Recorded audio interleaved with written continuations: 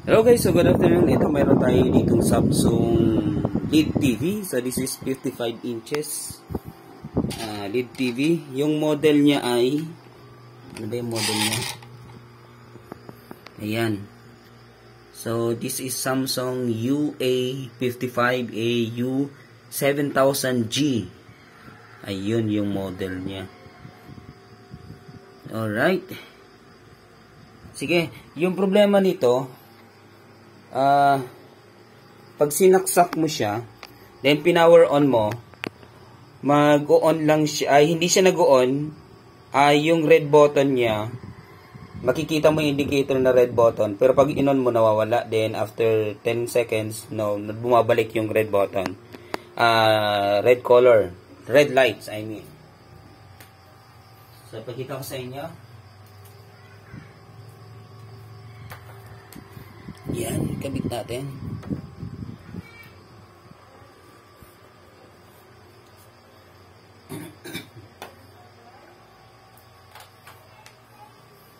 Yan.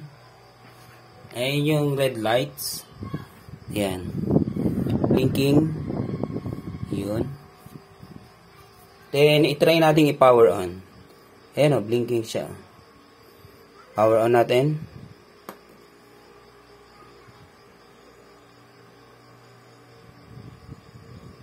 Right? Blinking.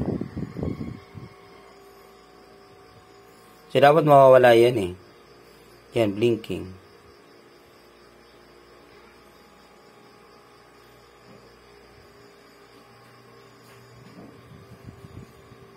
Press nga natin.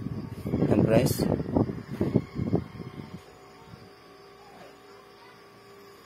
Yun. So, nawala. Dapat magdi-display na yan. Then, after 10 seconds, babalik yan. Ayun. Diba? So, wala yan display. Kahit bungkalin mo yan. Wala. So, yun yung problema nito. Nung Samsung na itong 55 inches. Sige, troubleshoot na nga natin. Ayan.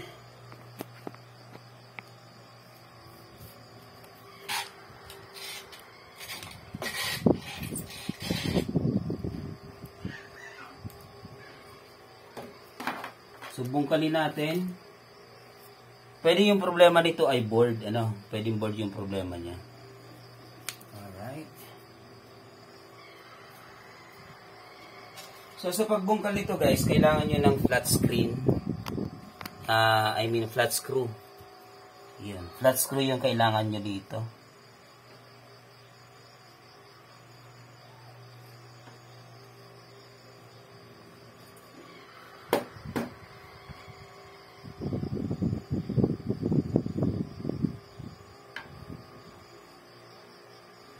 Alright.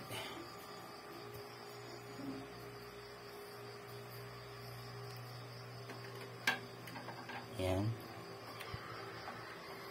Siksik natin yung flat screwdriver. Then, tagatok. Ayun. Dapat mag-unlock siya.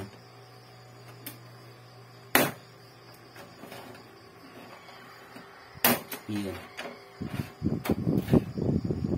So, yung lock kasi niya nasa ilalim.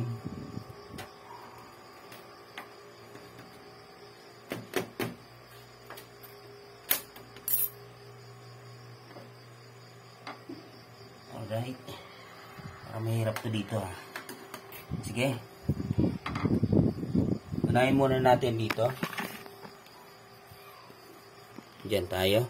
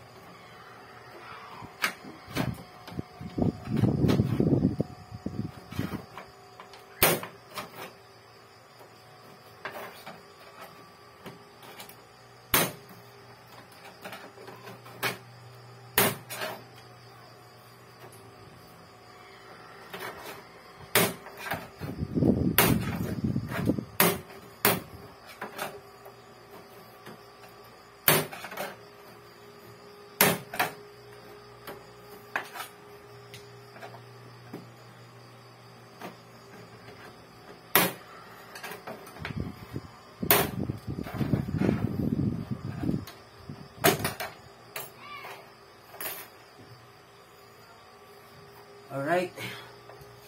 Yan. Okay. Bigyan natin ng kalang.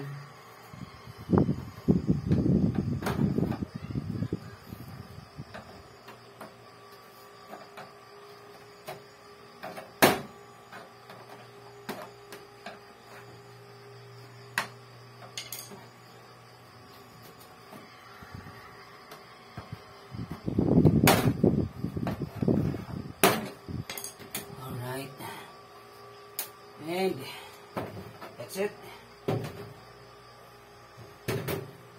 So yung kagandahan nitong Samsung na to, kapag mga malalaki na kasi, hindi na nila kailangan pa ng tornilyo. So more on click na lang sila, more on lock. Kaya medyo mahirap din. Halos yung lock kasi niya saan ba yun nakakapit yung lock? Ito yun, dito. Mahirap. Alright. So, tingnan natin yung board. Sige, ganito.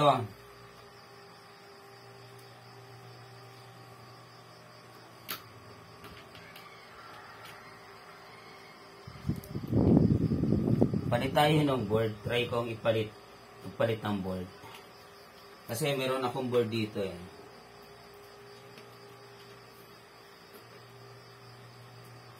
Then, saka natin hanapin yung problema.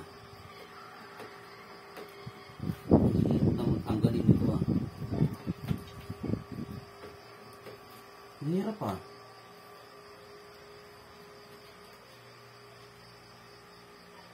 So, hindi naman sulong.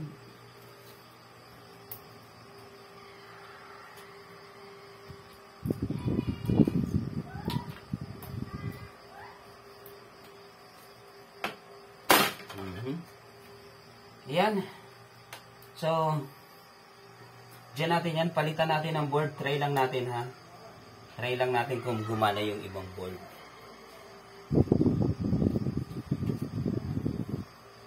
So, meron tayo ditong same model na board. So, good itong board na to.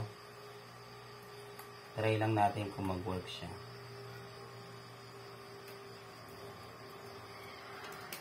So, kung mayroon din naman kayong kapares na model, then gumagana, try nyo muna yung board. So, pag na-prove nyo na yung board yung problema, then doon kayo mag-focus. Huwag kayong makialam dito sa ibang parte. So, kung mayroon din lang naman. Pero kung wala, sige.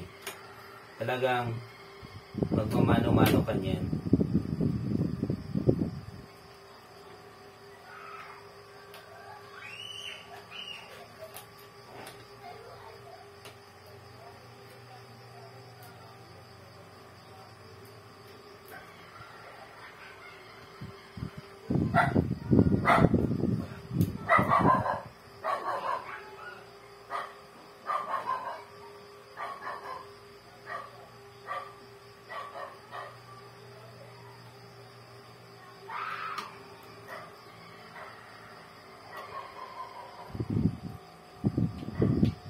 Yan, balik natin.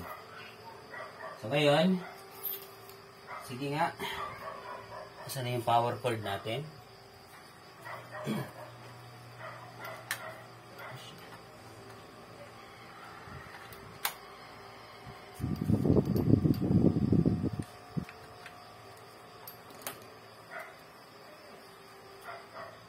Balik natin yung power cord. Then, iangat natin yung TV. Daan-daan lang guys. So, ingat na lang. Ingat. Alright.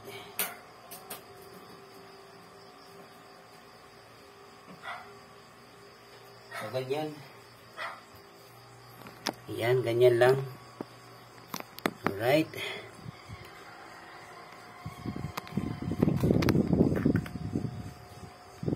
Sige. Plug in nga natin.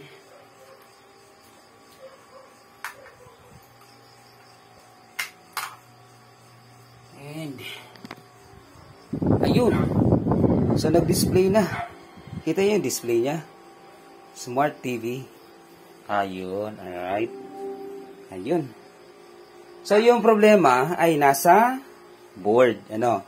So, board yung problema, guys, ng print, ng TV ito. Yun. So, okay naman yung panel niya. Okay naman yung ibang parte. Yung speaker, tumunog naman, okay naman. Then, that's it. So, pwede naman kayong umorder ng board nito sa online, ano? Kung hindi talaga ma-fix yung board. Kasi, ganun nga. So, sa tingin ko, itong board na to, meron yan dyan shorted, ano? Kumbaga, mayroong pumipigil sa kanya na hindi mag-on. Pwedeng yung sa clock niya, pwedeng ganon. Pero pwedeng mayroon pang ibang parte dyan. So, yan yung i-ano natin. Medyo mahaba-habang inuman to, guys. So, yun yung ito troubleshoot natin dito sa board na to. Pwede din naman CPU, Central Processing Unit. Ito yung Central Processing Unit niya, guys, oh. Ito. So, pwedeng yan din yung problema kung bakit hindi nag-on. So, hanapin natin yan yung ito troubleshoot natin next time. Pero kung wala kayong time na wala kayong time, o hindi pa kayo masyado marunong, pero sa tingin niyo pareho yung problema nyo sa TV na to, so, pwede nyo naman mag-order na lang kayo via online. Order na lang kayo. Then, yun, isalpak nyo lang. Then, okay na yan. So, kaya nyo naman yan gawin kung hindi pa kayo marunong mag-troubleshoot ng board mismo. Ayan. So, hindi ko pa makita, ma-identify dito kung ano yung problema. Pero, ang linis kasi, wala pa naman wala naman Ang linis ng board.